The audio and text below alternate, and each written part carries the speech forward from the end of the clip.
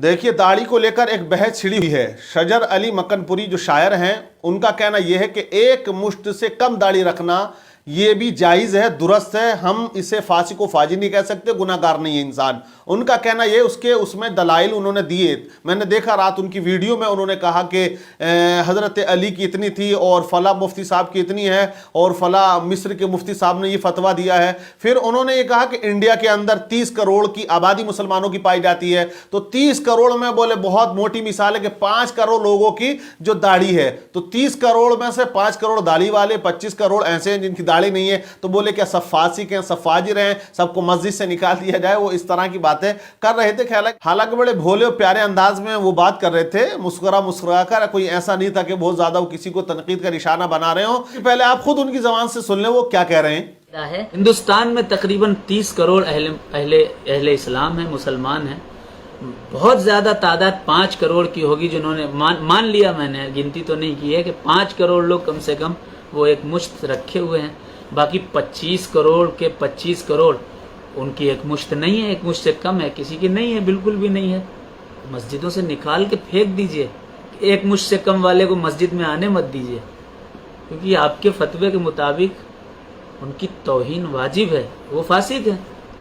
सुन लिया आपने, ये खुद कह रहे हैं कि 25 करोड़ तो फिर ऐसे हो गए। हालांकि शजर अली मकनपुरी साहब का गणित थोड़ा सही नहीं है, मैं कहूँगा, क्योंकि उनको गणित अच्छा रखना चाहिए और कैलकुलेट करना चाहिए। 30 करोड़ अगर इंडिया के अंदर मुसलमान पाए जाते हैं, तो 30 करोड़ में भाई औरतें भी तो पाई जाती हैं। औरतों पे दाढ़ी रखना वाजिब नहीं है। अरे उनकी आती नहीं है, उनके लिए हुक्म नहीं है और उनको अल्लाह ने दी नहीं है।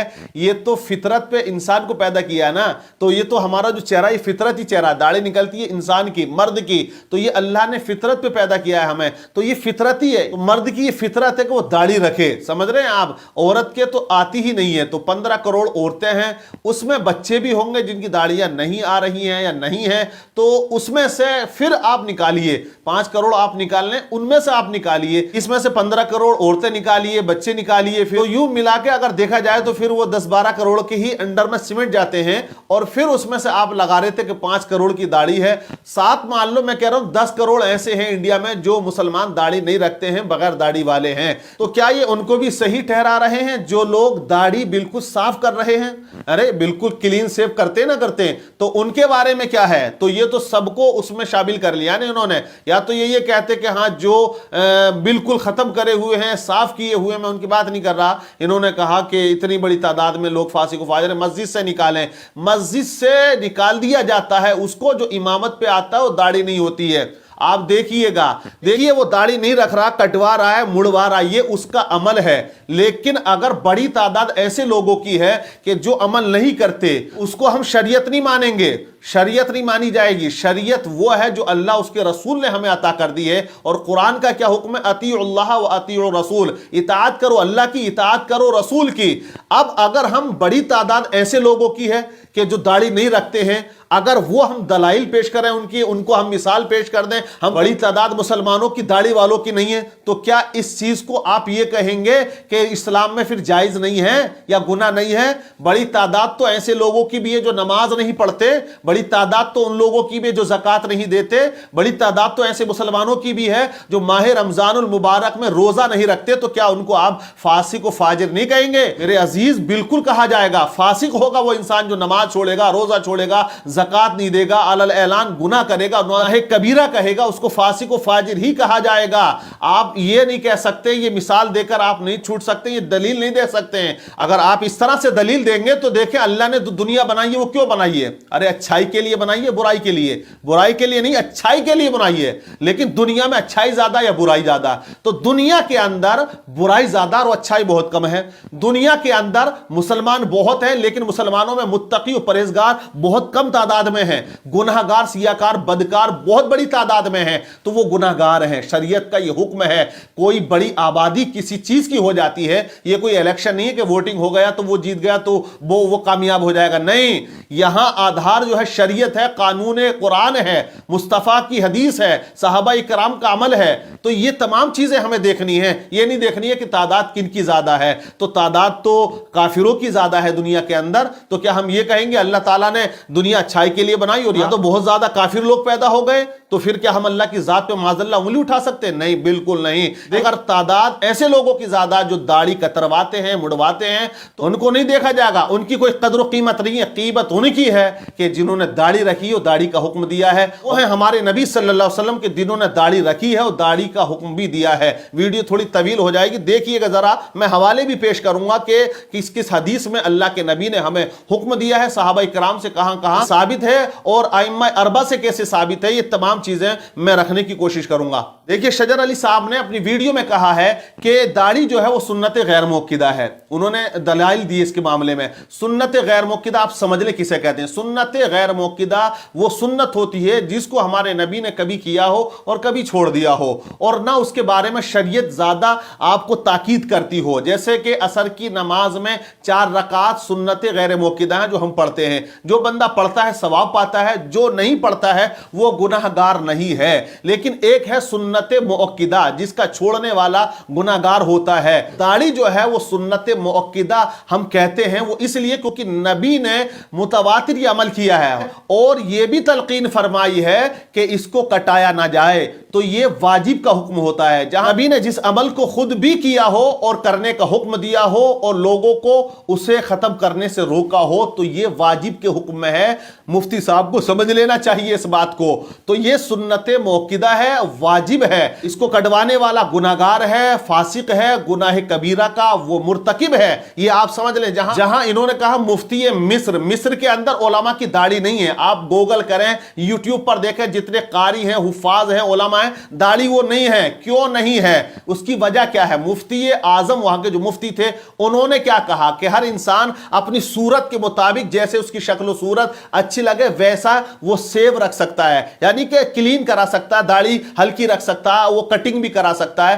آج حالت یہ ہے وہاں پر کہ داڑھی والے مولوی آپ کو ملیں گے نہیں، ان کی وہ کم نصیبی ہے، بدبختی سمجھ لو ان کو کہ انہیں داڑھی والے مولوی میسر نہیں آ رہے، اور یہاں اللہ کا شکر ہے کہ یہاں داڑھی والے مولوی ہیں۔ ہمارا جو اسلام کے رہبر ہیں وہ داڑھی والے ہیں اور ان کا لباس الگ ہے، ان کی پہچان الگ ہے۔ آج مصر کی کنڈیشن یہ ہے کہ وہاں اگر کوئی داڑھی رکھ لیتا ہے تو وہاں عورت یہ کہتی ہے کہ اگر پیسے نہ ہو تو میں دے دوں، داڑھی مڑانے کے لیے اگر تمہارے پاس پیسے نہ ہو تو ہم دے دیتے ہیں۔ وہاں کی حالت و کنڈیشن آج یہ بنی ہوئی ہے کیونکہ وہاں کا جو ایک پرائم منسٹر گزرا ہے حسنی مبارک، وہ ایسا کمبخت انسان تھا، اس نے یہ اعلان کر دیا کہ کوئی بھی فوج میں سپاہی میرا داڑھی نہ رکھے، میرے جو حفاظتی دستے میں ڈیوٹی جن لوگوں کی ہوگی ان کی داڑھی نہیں ہونی چاہیے۔ اس نے کہا کوئی بھی عورت ٹی وی پہ آئے تو بغیر نقاب کے آئے، بغیر حجاب کے آئے۔ اس نے ان چیزوں کو زیادہ جو ہے وہ انوالو کرا اور سختی کری ان معاملے میں، تو آج ریزلٹ سب کے سامنے ہے۔ مصر میں داڑھی نہیں رکھتے ہیں، تو کیا وہ لوگ جو بالکل صاف کرے ہوئے ہیں مصر کے لوگ، ان کے بارے میں کیا کہیں گے مفتی صاحب؟ شجر علی صاحب آپ کا کیا کہنا ہے؟ کیا وہ ٹھیک ہے؟ کیا وہ جائز ہے؟ کیا آپ ان کی مثال پیش کرو گے؟ نہیں، وہ لوگ غلطی پر ہیں، وہ غلطی پر ہیں، داڑھی بالکل صاف کر رہے ہیں اور آج وہاں عورتیں پیسے دے دیتی ہیں کہ لے داڑھی مڑا لے۔ تو یہ حالات ان کے بنے ہوئے ہیں، اس لیے مصر پر تباہی اور بربادی چھائی ہوئی ہے۔ وہ ملک جہاں بڑی ترقی تھی، جہاں مصر کو علم کا لوہا مانا جاتا تھا، ایسا ماحول وہاں پر تھا، آج وہاں کے حالات صحیح نہیں ہے۔ اب میں داڑھی کے ثبوت میں آپ کو حوالے پیش کر رہا ہوں، آپ نوٹ کر لیں۔ قرآن کا فرمان ہے لَقَدْ كَانَ لَكُمْ فِي رَسُولِ اللَّهِ أُسْوَةٌ حَسَنَةٌ، رسول کی زندگی تمہارے لیے بہترین نمونہ ہے، بہترین ماڈل ہے، بہترین آئیڈیل ہے، ہمیں انہی کی پیروی کرنی ہے۔ قرآن نے یہ حکم ہمیں دے دیا ہے۔ اب دیکھیں، امام مسلم نے لکھا، امام بخاری نے لکھا، امام مالک نے لکھا اور ابو داؤد و ترمذی و نسائی، حضرت عبداللہ بن عمر رضی اللہ تعالی عنہ سے راوی ہے۔ یہ جو حدیث میں بیان کر رہا ہوں، ان تمام محدثین نے اس حدیث کو نقل کیا ہے۔ حضور پرنور صلی اللہ علیہ وسلم فرماتے ہیں مشرکوں سے اختلاف کرو، مونچھیں خوب پست کرو اور داڑیاں بڑھاؤ۔ یہ حدیث داڑھی بڑھانے کے حکم میں ہے۔ اب بڑھانے سے مراد کیا ہے؟ یہاں یہ کہہ رہے ہیں کہ بس یہ مقدار نہیں بتائیے کہ کتنی ہے۔ ارے بھائی، آپ بڑھا ہوا کسے کہیں گے؟ یہ چیز چھوٹی ہے تو اسے چھوٹی تو کہا جائے گا، اسے بڑھا ہوا نہیں کہے گا۔ داڑھی چھوٹی ہے تو چھوٹی کہا جائے گا۔ بڑی ہوئی وہ ہے جو ایک مشت ہوتی ہے، وہ بڑی ہوئی ہے۔ ایک مثال سے میں آپ کو سمجھا دیتا ہوں، گھر میں پیڑ لگا ہوا چھوٹا سا ہے، बच्चा जाता है काट देता है, वो दरख्त थोड़ा और बड़ा हुआ फिर काट दिया, तो क्या कहोगे? क्यों बार बार छोटा करता भाई? उसको जरा बढ़ने तो दे, उसको ऊंचा तो होने दे। तो बड़ी हुई चीज वो होती है जो ज्यादा होती है, छोटी चीज बड़ी हुई नहीं होती और ना बड़ी में उसकी गिनती होती है, उसकी गिनती छोटी में होती है। और यहां छोटी का तो कोई मतलब ही नहीं निकलता यार, यहां तो मतलब बढ़ाने का है, छोटा करने का, कम करने का तो है ही नहीं कहीं से कहीं तक भी। अब शेख मुहक्किक अब्दुल हक मुहद्दिस देहलवी रहमतुल्लाह अलैह क्या फरमाते हैं, आप सुने। आड़ी मिकदार एक मुश्त रखना वाजिब है और जो इसे सुन्नत करार देते हैं वो इस माना में है कि ये दीन में हुजूर नबी करीम सल्लल्लाहु अलैहि वसल्लम का जारी करदा तरीका है। ये इस वजह से कि इसका सबूत सुन्नत नबवी से है, जैसा कि नमाज ईद को सुन्नत कहा जाता है। तो देखिए सुन्नत इसलिए कहा जाता है कि ये हुजूर नबी करीम सल्लल्लाहु अलैहि वसल्लम से जारी करदा है हुजूर। अब एक और हदीस पाक सुनिए, हजरत अब्दुल्ला बिन उमर बिन आस रदियल्लाहु ताला अन्हुमा से मरवी हैं, हुजूर नबी करीम सल्लल्लाहु अलैहि वसल्लम अपने रेश मुबारक के बाल अर्ज़ो तूल से लेते थे। मतलब क्या?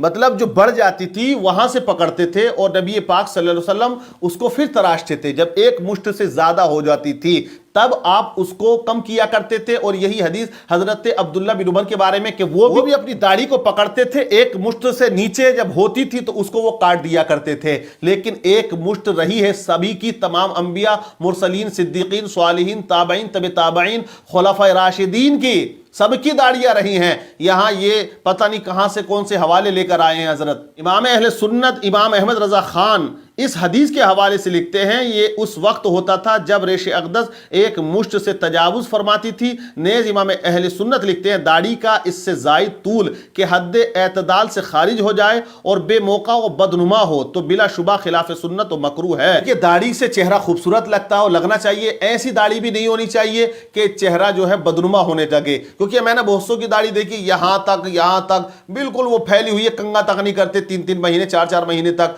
तो वो अलग कैफियत लगती है, उनका चेहरा अलग लगता है। और वो दाढ़ी भी नहीं रखनी चाहिए, दाढ़ी वो रखो जो बिल्कुल साबित है हदीस से। ये जो हवाला दे रहे हैं कि थोड़ी रख सकते क्योंकि इनकी बहुत ज्यादा कम है, ऐसे तो लड़के विराट कोहली की कटिंग रख रहे हैं भाई, हीरो की कटिंग रख रहे हैं, तो वो कहेंगे ये तो सब जायज है। हजरत किस पे क्या कहोगे आप?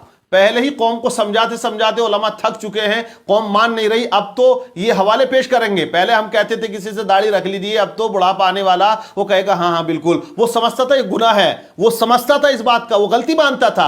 अगर कहेंगे तो आप कहेगा अरे हजरत क्या कह रहे हैं आप, ये तो सुन्नत है, यही तो है, ये जायज है, बिल्कुल ये नाजायज नहीं है, हराम नहीं है।